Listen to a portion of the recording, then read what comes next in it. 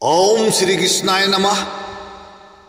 ओम शांताकारं भुजगसेनं पद्मनाभं सुरेशं विश्वाधारं गगनसदृशं मेघवर्णं शुभांगं लक्ष्मीकान्तं कमलनयनं युगविद्यानगम्यं वन्दे विष्णुभवैरं सर्वलोकैकनाथं।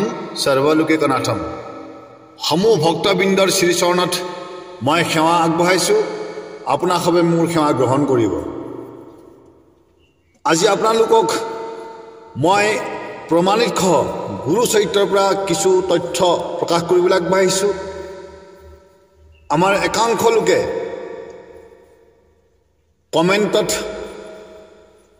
প্ৰকাশ কৰি আছে যে শ্ৰীমন্ত শংকৰদেৱে মূৰ্তি পূজা কৰা নাছিল, শ্ৰীমন্ত শংকৰদেৱে মূৰ্তি পূজা কৰিবলৈ কোনো উপদেশ দিয়া নাছিল, আপুনি ক'ৰ পৰা পালে? আৰু প্ৰত্যাহ্বান জনাই তেওঁলোকে মোক প্ৰকাশ কৰিব বিচাৰিছে যে আপোনাক প্ৰত্যাহ্বান জনাইছোঁ, আপুনি আহি আমাক দেখুৱাই দিয়ক যদিহে পাৰে। এনেধৰণৰ কিছুমান প্ৰশ্ন তেওঁলোকে মোক আগবঢ়াইছে। গতিকেহে মই আজি এই ভিডিঅ'টোৰ যোগেদি মই আমাৰ সন্মানীয় ভকত বৈষ্ণৱসকলক ক'ব বিচাৰিছোঁ যে শ্ৰীমন্ত শংকৰ গুৰুজনাই মূৰ্তি পূজা কৰাটো সত্য আৰু তেওঁ মূৰ্তি পূজাৰ বিৰোধ কৰা নাই। গতিকে আমি তেখেতৰ আদৰ্শমতে মূৰ্তি পূজা কৰি আছোঁ, তাত কোনো আমাৰ সংশয় নাই। গতিকে মই সেই সংশয়খিনি দূৰ কৰিবৰ বাবে মই গুৰু চৰিত্ৰৰ পৰা আপোনালোকক মই দেখুৱাবলৈ আগবাঢ়িছোঁ। সৰ্বপ্ৰথমতে আপোনালোকে চাই ল'ব, এই ভাগ গুৰু চৰিত্ৰ শ্ৰীমন্ত শংকৰদেৱৰ লীলা চৰিত্ৰ। আৰু সম্পাদক কোন আছে? হৰি নাৰায়ণ দত্ত বৰুৱা, সাহিত্য ৰত্ন। আপোনালোকে নিশ্চয় জানে হৰি নাৰায়ণ দত্ত বৰুৱাই লিখিত শ্ৰীমদ ভাগৱত আপোনালোকে সদায় পঢ়ি আছে। আৰু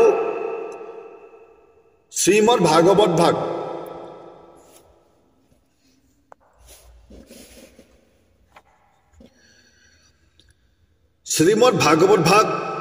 হৰি নাৰায়ণ দত্ত বৰুৱাই সম্পাদিত। গতিকে শ্ৰীমদ ভাগৱত ভাগ যদি হৰিনাৰায়ণ দত্ত বৰুৱাৰ সম্পাদিত হয় আৰু সেই যদি সেই ভাগৱত ভাগ যদি আমি শুদ্ধ বুলি পঢ়ি আছোঁ, তেতিয়াহ'লে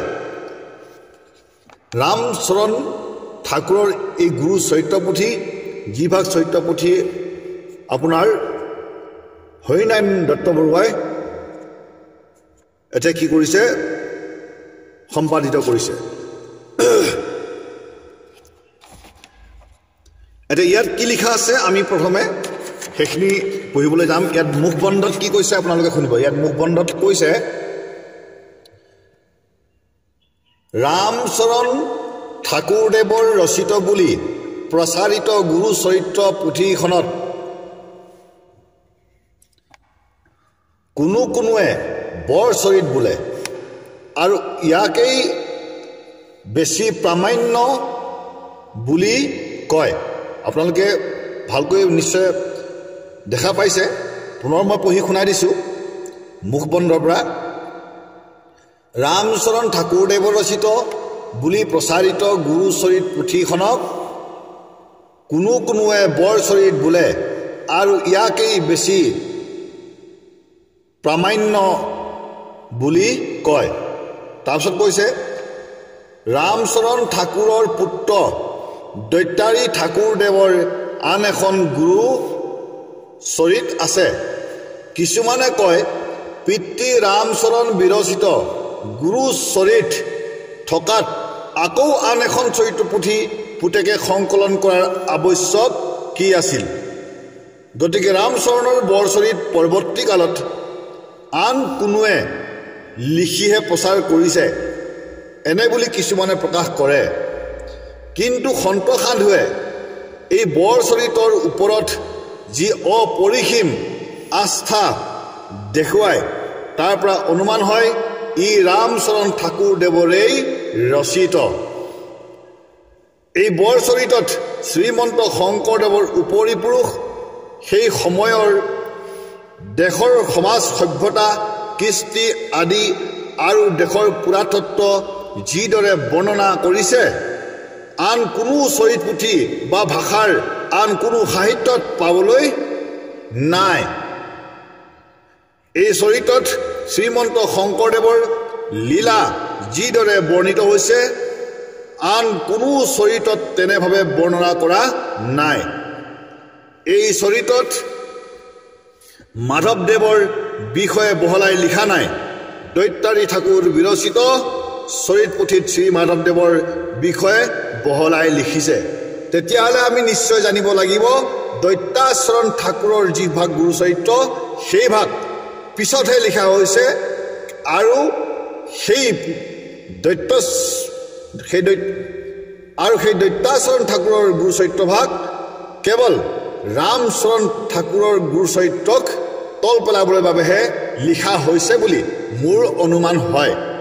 গতিকে মই স্পষ্ট এই কথাখিনি আপোনালোকক প্ৰকাশ কৰিছোঁ, কাৰণ এই গুৰু চৰিত্ৰৰ ভাগত শ্ৰীমন্ত শংকৰদেৱৰ বিষয়ে উপৰি পুৰুষৰ বিষয়ে যিমান বহলাই লিখা আছে অন্য গুৰু চৰিত্ৰত তেনেদৰে লিখা নাই। গতিকে আপোনালোকে স্পষ্ট জানিব লাগিব যে ৰামচৰণ ঠাকুৰৰ গুৰু চৰিত্ৰই হ'ল শুদ্ধ। এতিয়া আমি যাম শ্ৰীমন্ত শংকৰদেৱে মূৰ্তি পূজা কৰিছিল নে নাই, আমি এই বিষয়ে এতিয়া জানিবলৈ গৈ আছোঁ। এতিয়া হওক শ্ৰীমন্ত শংকৰদেৱে মূৰ্তি পূজা কৰিছিল নে নাই আপোনালোকে খুব সুন্দৰভাৱে চাব। তৃতীয় খণ্ড পৃষ্ঠা নম্বৰ 321। ইয়াত কিমান সুন্দৰকৈ বৰ্ণন কৰা আছে শ্ৰীমন্ত শংকৰদেৱৰ মূৰ্তিৰ বিষয়ে, এইপিনে শ্ৰীমন্ত শংকৰদেৱে প্ৰাপ্ত কৰা মূৰ্তিটোৰ বিষয়ে ইয়াত সুন্দৰকৈ বৰ্ণন কৰিছে, শুনিব। এ ৰাম শংকৰে কীৰ্তন ঘৰ সাজিবাক লৈলা, ভিধি বান্ধিবাক লাগি সমস্তে আখিলা, আপুনি শংকৰে পাছে কুৰক ধৰিলা, পৃথিৱীত চতুৰ্ভুজ মুদ্ৰিক দেখিলা। শ্ৰীমন্ত শংকৰদেৱে কীৰ্তন ঘৰ সাজিবলৈ বাবে যেতিয়া ভেটি কাটিবলৈ যায় তেতিয়া স্বয়ং শ্ৰীমন্ত শংকৰদেৱে কি কৰিছিল, কোৰ ধৰিছিল। আৰু যেতিয়া তেওঁ শ্ৰীমন্ত শংকৰদেৱে সেই মাটি কাটি থাকে, মাটি কাটি থাকোঁতে তেওঁ কি পাইছিল, এটা চতুৰ্ভুজৰ মূৰ্তি দেখা পাইছিল। তাৰপিছত সেই মূৰ্তিটো এতিয়া কি কৰিছে আপোনালোকে শুনিব। কোৰেৰি শংকৰে মূৰ্তিক ধৰিলা, দেখি মনত বৰ হৰি সমিলিলা, শিলৰ প্ৰতিমা খান কলাৱাতি হয়, চিকমি কৰে গাও অধিক ভয়। অৰ্থাৎ শ্ৰীমন্ত শংকৰদেৱে কোৰ এৰি কি কৰিলে, সেই মূৰ্তিটোক বৰ সাদৰেৰে শ্ৰদ্ধাৰে তেওঁ কি কৰিলে, উঠাই ল'লে। আৰু তেওঁ বহুত আনন্দিত হ'ল, কৈছে দেখিয়া মনত বৰ হৰিষ মিলিল। সেই মূৰ্তিটোক পাই শ্ৰীমন্ত শংকৰদেৱে বৰ আনন্দিত হ'ল। এতিয়া মই প্ৰশ্ন কৰিবলৈ গৈ আছোঁ যে শ্ৰীমন্ত শংকৰদেৱে যি চতুৰ্ভুজ মূৰ্তি পাই আনন্দিত হৈছিল, সেই মূৰ্তিটো এতিয়া তেওঁ কি কৰিব, নে ক'ৰবাত তেওঁ পেলাই দিব, নে ক'ৰবাত তেওঁ থৈ দিব? নিশ্চয় সেই মূৰ্তিটো তেওঁ কি কৰিব, শ্ৰদ্ধাৰে সেৱা কৰিব। এইটো স্পষ্ট কথা। তাৰপিছত কি কৈছে, সেই মূৰ্তিটো কি আছিল, শিলৰ প্ৰতিমা, শিলৰ মূৰ্তি আছিল। সেইটো শিলৰ প্ৰতিমা, কলাযুক্ত, চিকমিক কৰি আছিল। লাইটৰ পোহৰত মানে আপোনাৰ কি কয়, সেইটো চিকমিক কয়, বা সূৰ্যৰ পোহৰত কি হৈ থাকে, চিকমিক কৰি থাকে। ইমান সুন্দৰ প্ৰতিমা, চতুৰ্ভুজৰ প্ৰতিমা তাৰ আছিল শ্ৰী হৰি ভগৱন্তৰ। ৰাম ৰাম গুৰুৰ আগত কৱে কথা, ঐ দেখা দেখা হৰিৰ মুহুক কেনে বেঠা, অনেক যতন কৰি মূৰ্তি নাপায়, দেখিও হৰি আনি দিলে কঠে কাই। তেতিয়া গুৰুৰ আগত গৈ তেওঁ কৈছে, হে গুৰুদেৱ চাওকচোন, চাওক মোৰ ভগৱন্ত হৰিৰ কি দশা হৈছে। আৰু অনেক যত্ন কৰি অনেক চেষ্টা কৰি অনেক সাধনা কৰিও মনুষ্যই মূৰ্তিক প্ৰাপ্ত কৰিব নোৱাৰে কিন্তু পৰম ভগৱন্তই মোক হাততে আনি এই মূৰ্তিটো প্ৰদান কৰিলে এই বুলি গুৰুৰ ওচৰত গৈ তেওঁ ৰাম ৰাম গুৰুৰ ওচৰত গৈ তেওঁ কি কৰিছে প্ৰকাশ কৰিছে এতিয়া আপোনালোকে নিশ্চয় বুজি পাই গ'ল যে শ্ৰীমন্ত শংকৰদেৱে নামঘৰ মাটি কাটিবলৈ যাওঁতে চতুৰ্ভুজৰ মূৰ্তিটো পাইছিল এতিয়া শ্ৰীমন্ত শংকৰদেৱে সেই মূৰ্তিটো কি কৰিলে আমি এই বিষয়টা জানিবলৈ গৈ আছো মই আপোনাৰ মূল কথাখিনি দেখুৱাই আছো কাৰণ ভিডিঅ'টো বহুত দীঘল হ'ব গতিকে ভিডিঅ'টো দীঘল নহবৰ বাবে মই আপোনালোকক যে মূল যিখিনি কথা তাকে মই দেখুৱাই আছো এত দেখি চাব এতিয়া কি কৰিছে অভূঞা সকলক ছায়া শংকৰে বুলিবে লৈলা দৌলয়েক বান্ধিবাক মন সমীপতে ফাগু ভৈলা সন্ধৰাৱা মাত কৈলা ভূঞাগণে কৰিয়া যতন এতিয়া শ্ৰীমন্ত শংকৰে এই ভূঞাসকলক মানে কৈছে যে হে মোৰ বান্ধৱসকল মই এটা দৌল বান্ধিব বিচাৰিছো গতিকে এই দৌলটো বান্ধিবৰ বাবে সকলোৱে কি কৰা যা যোগাৰ কৰা এই বুলি শ্ৰীমন্ত শংকৰদেৱে ভূঞাসকলক প্ৰকাশ কৰিছে এতিয়া সেই দৌল মানে হ'ল মন্দিৰ তাৰপিছত গৈ যেতিয়া মন্দিৰ সজোৱা হোৱাৰ পিছত এতিয়া শ্ৰীমন্ত শংকৰদেৱে আৰু কি উপদেশ দিছে শুনিব অশংকৰে বুলন্ত শুক্ল ছাগলক কিনিবা কলাইটো যজ্ঞ কণা লাগে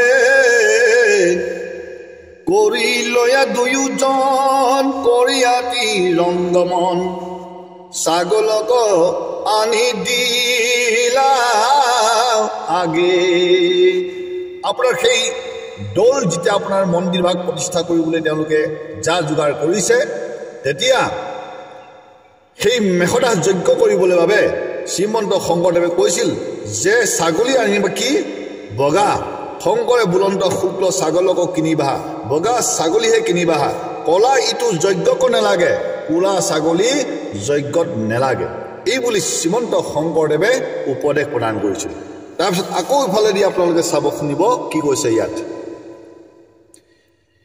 এৰাম তিনি গোটা দৌল ভৈলা মূৰ্তি কদৌলত থৈলা গন্ধ গাইবে সময় মিলি শংকৰে হৰিষ কৰি গুৰু তিল কুশ ধৰি মেখদাহ যজ্ঞ কৰিল এতিয়া তিনি গোটা দৌল ভৈলা সেই দৌল মন্দিৰৰ মণিকূট কেইটা কৰিছিলে তেওঁ তিনিটা মানে আপোনাৰ মণিকূট সজাই কি কৰিলে সেই দৌলত কি কৰিলে মূৰ্তিটো স্থাপনা কৰি তাতে গন্ধ পুষ্প লগাই মানে আপোনাৰ মেখদা যজ্ঞ তেওঁলোকে আৰম্ভ কৰিলে তাৰপিছত তেনেদৰে মানে আপোনাৰ তেওঁলোকে মন্দিৰ দৌল সাজি কৰি তাতে সেই চতুৰ্ভুজ মূৰ্তি স্থাপনা কৰি শ্ৰীমন্ত শংকৰদেৱ আৰু গুৰুৰ সকলো একেলগ হৈ মানে কি কৰিল এতিয়া শ্ৰৱণ কীৰ্তন কৰিছে শুনিব কেনেদৰে এই ৰাম খবে হন্তে খেলে ফাগু হৰষিত মনে কান্ধত কৰিয়া মূৰ্তি ফুৰাই থানে থানে এহি মতে প্ৰতিমাক আনন্দে ফুৰাই মন্দিৰক লাগি পাছে মূৰ্তি লয়া যায় গৃহ গণিবাৰ পাছে গীত ধৰি লন্ত আপুনি শংকৰদেৱে বাজনা বজান্ত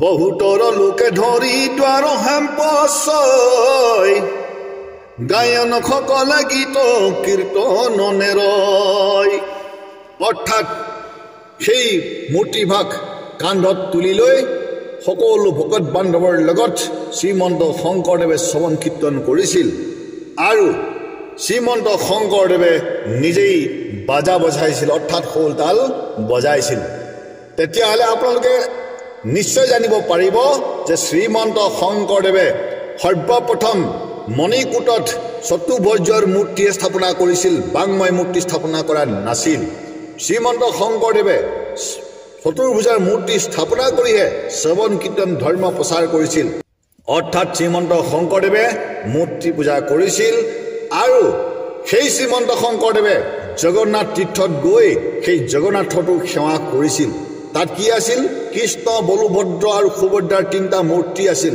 সেই তিনিটা মূৰ্তি তেওঁ কি কৰিছিল মাথা ধুৱাইছিল আৰু সেই মূৰ্তিৰ প্ৰসাদ শ্ৰীমন্ত শংকৰদেৱে গ্ৰহণ কৰিছিল ইয়াৰ উপৰিও মই আপোনালোকক আৰু এটা কথা প্ৰমাণিত দিব যাম হৰিনাৰায়ণ দত্ত বৰুৱাই লিখিত সম্পাদিত যিখন শ্ৰীমদ ভাগৱত আছে সেই ভাগৱততো ভূমিকাত উল্লেখ আছে যে শ্ৰীমন্ত শংকৰদেৱে চতুৰ্ভুজ মূৰ্তি পাইছিল গতিকে আমি স্পষ্ট হিচাপে বুজিব পাৰিম যে শ্ৰীমন্ত শংকৰদেৱে মূৰ্তি পূজা কৰাটো হয় আৰু তেওঁ মূৰ্তি পূজা কৰিবলৈ উপদেশ দিছিল আৰু এটা কথা আপোনালোকক স্পষ্ট এইখিনিতে মই ক'ব বিচাৰিম শ্ৰীমন্ত শংকৰদেৱে যে মূৰ্তি পূজাৰ বিৰোধাচৰণ কৰা নাই তাৰ প্ৰমাণো কীৰ্তন ঘোষাৰ উৰেখা বৰ্ণনৰ পৰা আমি প্ৰমাণ পাইছোঁ গতিকে এইটো স্পষ্ট যে শ্ৰীমন্ত শংকৰদেৱে